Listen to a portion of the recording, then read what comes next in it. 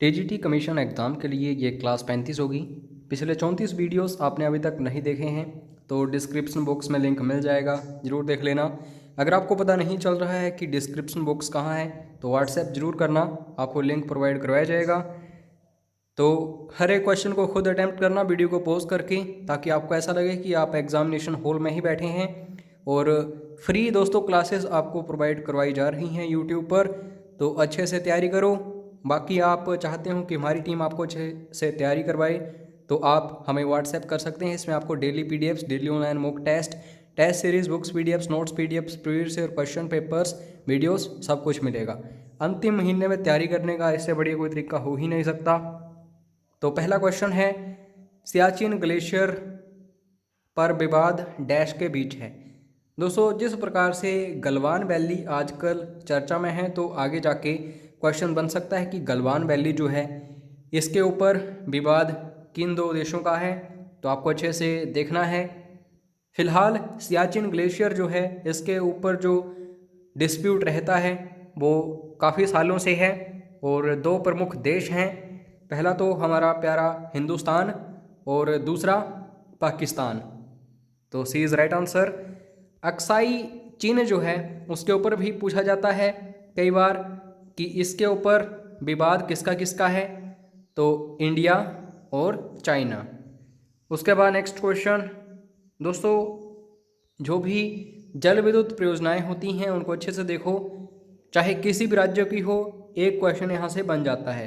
HP GK में आपको हिमाचल की देखनी है, और जीके में जो भी टोटल 28 राज्य हैं उनकी, और साथ में केंद्र शासित प्रदेश जो हैं 8। तो दोस्तों तोरियल हाइड्रो इलेक्ट्रिक पावर प्रोजेक्ट ये कहाँ पे लोकेटेड है? चार ऑप्शंस आपके सामने हैं। और तोरियल जो हाइड्रो इलेक्ट्रिक पावर प्रोजेक्ट है ये देखने को मिलता है मिज़ोरम में। दोस्तों नॉर्थ ईस्ट स्टेट्स जो हैं उनमें मिज़ोरम जो है इसकी जो लिटरेसी रेट है, साक्षरता दर सबसे ज़्यादा है, और यहाँ पे वन काफ़ी ज़्यादा हैं। तो ये चीज़ें आपको नॉर्मल सी पता होनी चाहिए। बाकी कमेंट करके ज़रा बताना मिज़ोरम की राजधानी क्या है, यहाँ के सीएम कौन है और गवर्नर कौन है। इन तीन चीज़ों को जो भी स्टूडेंट बताएगा वो परफेक्ट स्टूडेंट होगा टीजीटी एग्ज़ाम के लिए करेक्ट करने के लिए। और ये जो दोस्तों मैंने आपको बताई तोरियल हाइड्रो इलेक्ट्रिक पावर प्रोजेक्ट जो है इसकी जो क्षमता है, कैपेसिटी है, वो 60 मेगावाट्स है, और 2017 में इसे एस्टेब्लिश किया गया था। उसके बाद दोस्तों 1885 ईस्वी में इंडियन नेशनल कांग्रेस या फिर एसोसिएशन की स्थापना हुई थी। तो इससे पहले जो भी संस्थाएं भारतीयों के द्वारा बनाई गई थीं उनसे रिलेटेड क्वेश्चंस पक्का आते हैं, और ये जो इंडियन एसोसिएशन है ये तो मोस्ट इम्पोर्टेंट है।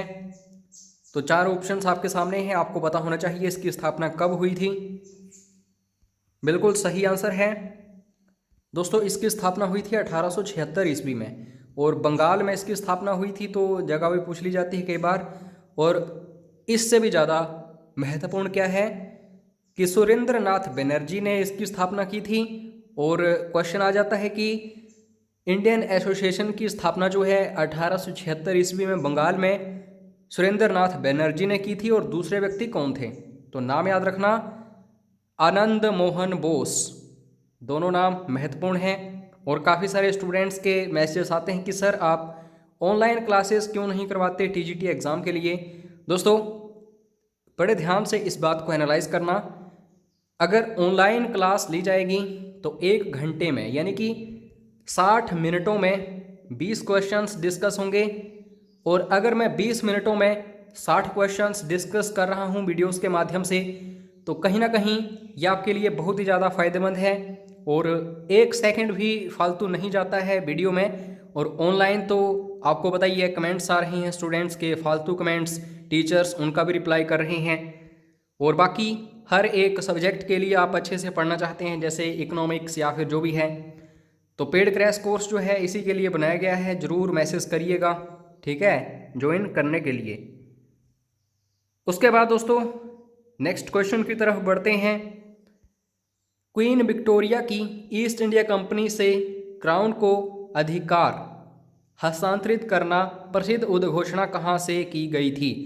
अब दोस्तों हुआ क्या, 1857 की क्रांति जैसे ही हुई तो इस समय जो governor general of British India था उसको अब ख़त्म कर दिया गया, उसका पद जो है, और 1858 में एक उद्घोषणा हुई थी, ठीक है।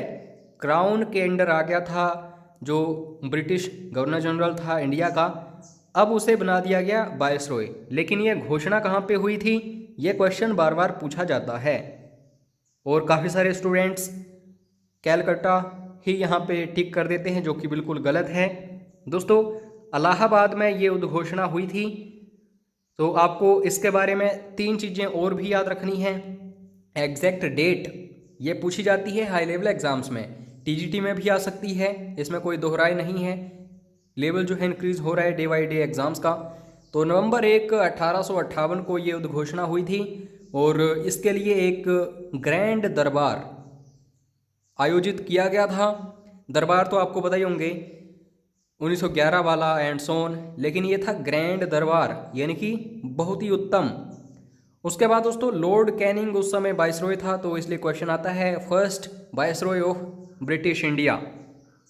उसके बाद नेक्स्ट क्वेश्चन, निम्नलिखित में से कौन सा अंग्रेजी पत्र अनिवार्य रूप से उदारवादियों की नीतियों का मुख्य पत्र था। जैसे हम यानी कि उदारवादी जो हैं इन्हें हम बोल देते हैं दोस्तों मॉडरेट्स या फिर लिबरल्स।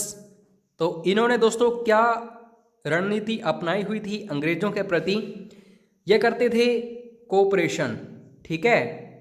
जो भी अंग्रेजों की नीतियां होती थीं उन्हें भारतीयों को समझाते थे एंड सो ऑन। इसलिए एक्सट्रीमिस्ट जो थे यानी कि जो गर्मपंथी थे उन्होंने विरोध किया था कि आप चमचे हैं इनके अंग्रेजों के, ठीक है। और सबसे प्रमुख जो एक चीज़ हमें देखने को मिलती है, इससे पता चलता है कि वो अंग्रेजों के चमचे थे, तो ये यही समाचार पत्र है जिसका नाम है लीडर, ठीक है। इसमें क्या होता था, जो भी अंग्रेजी नीतियाँ वगैरह आती थीं उनको अच्छे से समझाया जाता था और भारतीयों को भी समझाया जाता था कि अंग्रेजों का विरोध मत करो, इनके प्रति जो भी आप करते हैं गलत काम वो मत करो एंड सो ऑन। और ये जो दोस्तों न्यूज़पेपर है मदन मोहन मालवीय ने एस्टेब्लिश किया था इलाहाबाद में, तो इसको भी अच्छे से देख लेना। उसके बाद भारतीय प्रतिभूति और विनियम बोर्ड एक डैश है, सीधा क्वेश्चन पूछा जाता है दोस्तों सेबी के बारे में कि इसकी फुल फॉर्म क्या है, security and exchange board of India. दूसरा क्वेश्चन आता है इसका काम क्या है, तो आपको याद रखना है जो सेबी है ये काम करता है जो भी नियामक होते हैं यानी कि रेगुलेटरी बॉडी है, ये जो भी शेयर मार्केट वगैरह होती है उसको ये रेगुलेट करती है। सेबी जो है security and exchange board of India. और सीधा क्वेश्चन आता है कि सेबी को एस्टेब्लिश कब किया गया था, तो कभी भी पजल मत होना, एस्टेब्लिश किया गया था इसे 1988 में। और संवैधानिक निकाय कब बनी थी, स्टैट्यूटरी पावर्स इसे मिली थी 1992 में। कमेंट करके ज़रा बताना सेबी का हेडक्वार्टर कहाँ पे है और इसके चेयरमैन कौन है इस समय, अभी पता चल जाएगा आप कितना स्टैटिक जीके पढ़ते हो और कितना नहीं। भारत निर्वाचन आयोग इलेक्शन कमीशन के पास डैश शक्ति है, कौन सी शक्ति होती है इलेक्शन कमीशन के पास, तो बिल्कुल सही आंसर है दोस्तों क्वैसी जुडिशियल पावर, जिसे हम हिंदी में बोलते हैं अर्ध न्यायिक शक्ति।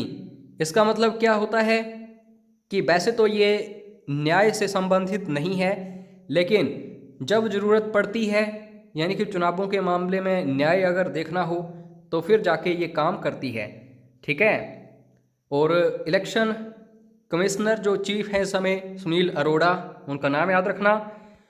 बाकी कमेंट करके ये बताओ, आप सभी के लिए होमवर्क ये है कि किस भाग में है भारत के संविधान में जो भारत निर्वाचन आयोग है, अभी पता चल जाएगा कि संविधान भी आप पढ़ते हैं या नहीं। किस संवैधानिक अनुच्छेद ने प्रिवी पर्स को समाप्त कर दिया। बहुत सारे स्टूडेंट्स को ये पता नहीं होता कि प्रीवी पर्स है क्या।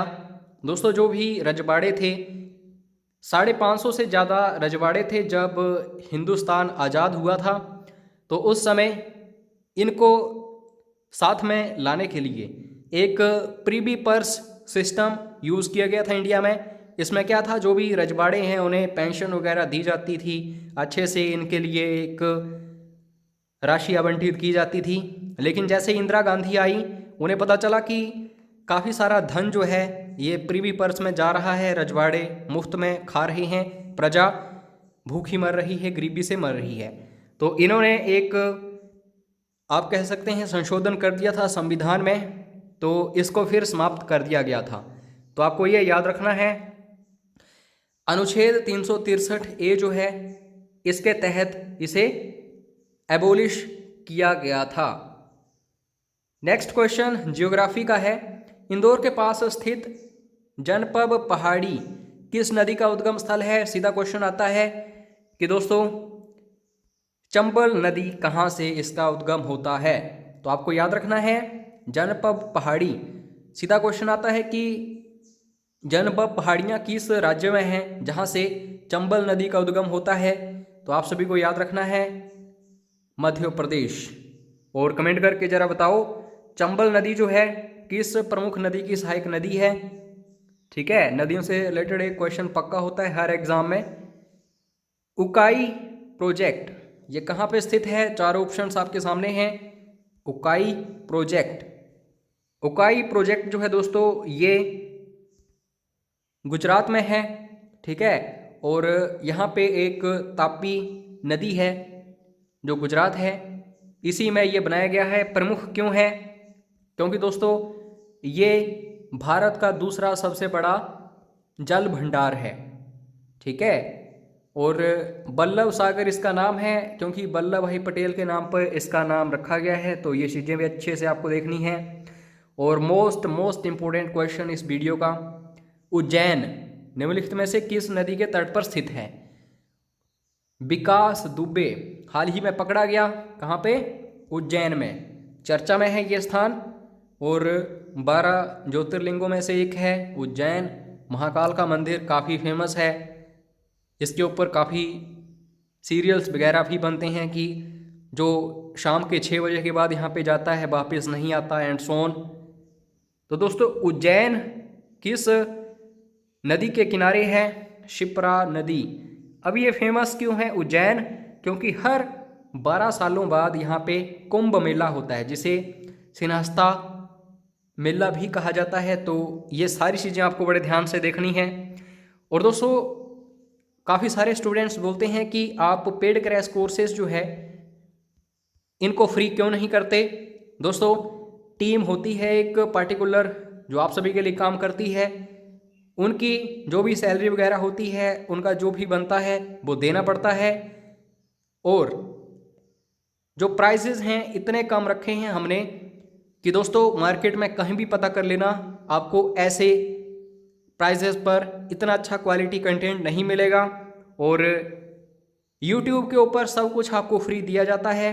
और जैसा कि मैंने वीडियो के स्टार्टिंग में ही बता दिया था कि 20 मिनटों में 60 क्वेश्चंस मैं डेली डिस्कस कर देता हूँ। कैसे? 20 या 30 क्वेश्चंस तो वैसे डिस्कस करता हूँ, बाकी एक क्वेश्चन के साथ अदर 2-3 क्वेश्चंस जो बनते हैं उन्हें भी कवर करता हूँ। तो आशा करता हूँ आप समर्थन करेंगे और मेहनत करेंगे और जल्द ही खुशखबरी सुनाएंगे कि हमारा TGT जो है क्रैक हो चुका है। उसके बाद दोस्तों 1930 में डैश की गिरफ्तारी पेशावर की सड़कों पर गुस्सा प्रदर्शन का कारण बनी। 1930 में एक व्यक्ति गिरफ्तार किया गया था, और इसी के चलते जो पेशावर है इस समय पाकिस्तान में है, यहाँ पे सड़कों में काफ़ी बड़े पैमाने पर प्रदर्शन हुआ था, जुलूस हुआ था। तो व्यक्ति कौन यहाँ पे गिरफ्तार हुआ था? अब्दुल गफ्फार खान। इन्हें सीमांत गांधी के नाम से जाना जाता है, क्योंकि दोस्तों महात्मा गांधी जी जो भी आंदोलन वगैरह शुरू करते थे, जो भी इनकी रणनीति रहती थी, उसको ये जाके पाकिस्तान में सिंध वाला रीजन जो है वहाँ पे फैलाते थे इन सभी चीज़ों को। ठीक है, तो इसलिए इन्हें सीमांत गांधी यानी कि फ्रंटियर गांधी कहा जाता था। और लाल कुर्ती आंदोलन भी इन्होंने ही शुरू किया था। उसके बाद नेक्स्ट क्वेश्चन, आय और खपत डैश होते हैं, इनकम एंड कंजम्पशन आर। तो ये दोस्तों आपस में डायरेक्टली रिलेटेड होते हैं, प्रत्यक्ष रूप से संबंधित होते हैं। कैसे, आइए देखते हैं। इकोनॉमिक्स का काफ़ी इंपॉर्टेंट क्वेश्चन है। इनकम जो होती है दोस्तों, ये दो चीज़ों के बराबर होती है, कंजप्शन और सेविंग्स। अगर इनकम आपकी हाई है तो पैसा आप ज़्यादा लगाएंगे, ज़्यादा बचाएंगे।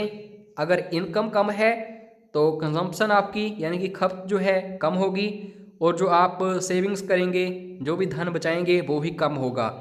तो ऐसे क्वेश्चंस बनते हैं इकोनॉमिक्स के। उपभोक्ता संरक्षण अधिनियम, जिसे इंग्लिश में बोला जाता है कंज्यूमर प्रोटेक्शन एक्ट, कब पारित किया गया था? और नाम से ही पता चल रहा है कि जो भी उपभोक्ता है उसका संरक्षण किया जाता है कि उसको कोई ठग ना ले या फिर फालतू में उसे कोई ऐसे ही उत्पीड़न ना पहुंचाए। तो दोस्तों उपभोक्ता संरक्षण अधिनियम पारित हुआ था 1986 ईस्वी में। तो सी इज राइट आंसर। यह साइंस का क्वेश्चन है और इम्पोर्टेंट है, वैज्ञानिक नाम पूछे जाते हैं। पैंथेरा टिग्रिस किसका वैज्ञानिक नाम है? पैंथेरा टिग्रिस जो है ये दोस्तों तेंदुए का नाम है। तो ए इज राइट आंसर। उसके बाद नेक्स्ट क्वेश्चन, ये पॉलिटी का क्वेश्चन है और बहुत ही इंपॉर्टेंट है। इससे पहले कमेंट करके ये बताना जरा, प्रश्नकाल क्या होता है? आप क्या समझते हैं संसद में प्रश्नकाल? ठीक है, प्रश्नकाल के बाद सार्वजनिक महत्व के एक निश्चित मामले पर चर्चा करने के लिए कार्यकारिणी पर ध्यान आकर्षित करने के लिए संसद सदस्यों द्वारा एक प्रस्ताव लाया जाता है, उसका नाम बताइए। इसका उद्देश्य क्या होता है यहाँ पे हमें देखने को मिल रहा है। सपोज करिए प्रश्नकाल शुरू हो गया है और प्रश्न ही प्रश्न देखने को मिल रहे हैं, और आपने देखा होगा संसद में हंसी मजाक काफ़ी हो जाता है जब प्रश्नकाल होता है। तो इसके लिए एक जो भी सांसद होता है वो एक आप कह सकते हैं प्रस्ताव लाता है, जिससे ध्यान जो है ये प्रमुख मुद्दों पर जाए कि लोगों को क्या परेशानी आ रही है और क्या नहीं। तो इस प्रस्ताव को दोस्तों क्या बोला जाता है? तो चार ऑप्शंस आपके सामने हैं और इस प्रस्ताव को बोला जाता है दोस्तों स्थगन प्रस्ताव, इंग्लिश में से एडजर्नमेंट मोशन कहा जाता है। इससे टोटली ध्यान जो है प्रमुख मुद्दों के ऊपर जाता है। निम्नलिखित में से किसने आत्मीय सभा की स्थापना की थी? मोस्ट इंपोर्टेंट, जो सभाएं हैं किसने किसने एस्टैब्लिश की हैं, ये क्वेश्चंस बनते हैं। कब एस्टैब्लिश की, ये क्वेश्चंस बनते हैं। हालांकि ये महान व्यक्तियों से रिलेटेड ही क्वेश्चंस पूछे जाते हैं। ये डिपेंड करता है कि कोई भी सभा जो है या फिर कोई एसोसिएशन किस व्यक्ति ने एस्टैब्लिश किया था। जैसे इस क्वेश्चन की बात करें तो दोस्तों आत्मीय सभा जो है इसे एस्टैब्लिश किया गया था राजा राम मोहन रॉय। तो कितने महान व्यक्ति थे आपको पता ही है। इन्हें मॉडर्न इंडिया जो है भारत में उसका जनक कहा जाता है। और राजा राम मोहन रॉय ने जो सती प्रथा वगैरह है इसके ऊपर काफ़ी काम किया था लॉर्ड विलियम बेंटिक के साथ। और 1815 ईस्वी में आत्मीय सभा की स्थापना की गई थी, तो याद रखना। और बाकी कोलकाता तो सिंपल है याद रखना, क्योंकि राजा राम मोहन रॉय कोलकाता से ही संबंधित थे। और ये क्वेश्चन बार बार पूछा जाता है, जेईडी बेथ्यून, तो ये किस से संबंधित हैं? ये महान व्यक्ति हैं, किस मुद्दे से ये जुड़े हुए हैं? बिल्कुल सही आंसर है दोस्तों महिला शिक्षा। एक समय ऐसा था जब दोस्तों महिला शिक्षा बिल्कुल ना के बराबर थी। तो जेईडी बेथ्यून जो हैं इन्होंने काफ़ी काम किया है महिलाओं की शिक्षा के ऊपर। उसके बाद नेक्स्ट क्वेश्चन, देव समाज किसके द्वारा स्थापित किया गया था? आत्मीय समाज या सभा? उसी प्रकार देव समाज, इसको स्थापित किया गया था शिव नारायण अग्निहोत्री के द्वारा। और दोस्तों इंटरेस्टिंग ये है कि लाहौर में इसे एस्टेब्लिश किया गया था। लाहौर ऐसा क्षेत्र जहाँ पे मुस्लिम ज़्यादा थे और हिंदू वगैरह कम। 1887 ईस्वी में इसे एस्टेब्लिश किया गया था। और ये भी वेरी वेरी इंपॉर्टेंट क्वेश्चन है, भारत के संविधान के जो भाग हैं अच्छे से देखना, मुख्य रूप से जो स्टार्टिंग वाले हैं, जैसे मूल जो कर्तव्य हैं या फिर मूल अधिकार किस भाग में हैं। भारतीय संविधान के अनुच्छेद 36 से लेकर के अनुच्छेद 51 तक मुख्य रूप से भारतीय संविधान के डैश में दिए गए राज्य नीति के निर्देशक सिद्धांतों से संबंधित है। डीपीएसपी से बोला जाता है, ठीक है। तो आपको ये पता होना चाहिए कि जो भाग 4 है इसी में डीपीएसपी आते हैं। और दोस्तों एक इंटरेस्टिंग बात आपको बताऊंगा जो आपने आज तक नहीं पढ़ी होगी। डीपीएसपी जो है किस संविधान से लिए गए हैं देश के, तो आप सभी बोलेंगे आयरलैंड। ये तो बच्चों को भी पता है, लेकिन आयरलैंड ने किस देश के संविधान से लिए थे? स्पेन। ये नई चीज़ आपके लिए है, तो अच्छे से देखना, क्वेश्चन कुछ भी आ सकता है घुमा फिरा के। उसके बाद आपको कमेंट करके ये बताना है कोई कमी है वीडियो में या नहीं, ताकि मैं सुधार सकूं खुद को, क्योंकि मैं जानता हूं मैं परफेक्ट नहीं हूं, बस आप सभी का प्यार है और कुछ नहीं है। बाकी इस वीडियो की पीडीएफ फाइल आपको व्हाट्सएप पर मिल जाएगी, मैसेज कर सकते हैं आप सभी। पेड क्रैश कोर्सेज भी चल रहे हैं हिमाचल की सभी परीक्षाओं के लिए, जरूर व्हाट्सएप करिएगा। अपना कीमती समय देने के लिए धन्यवाद। जय हिंद, जय हिमाचल।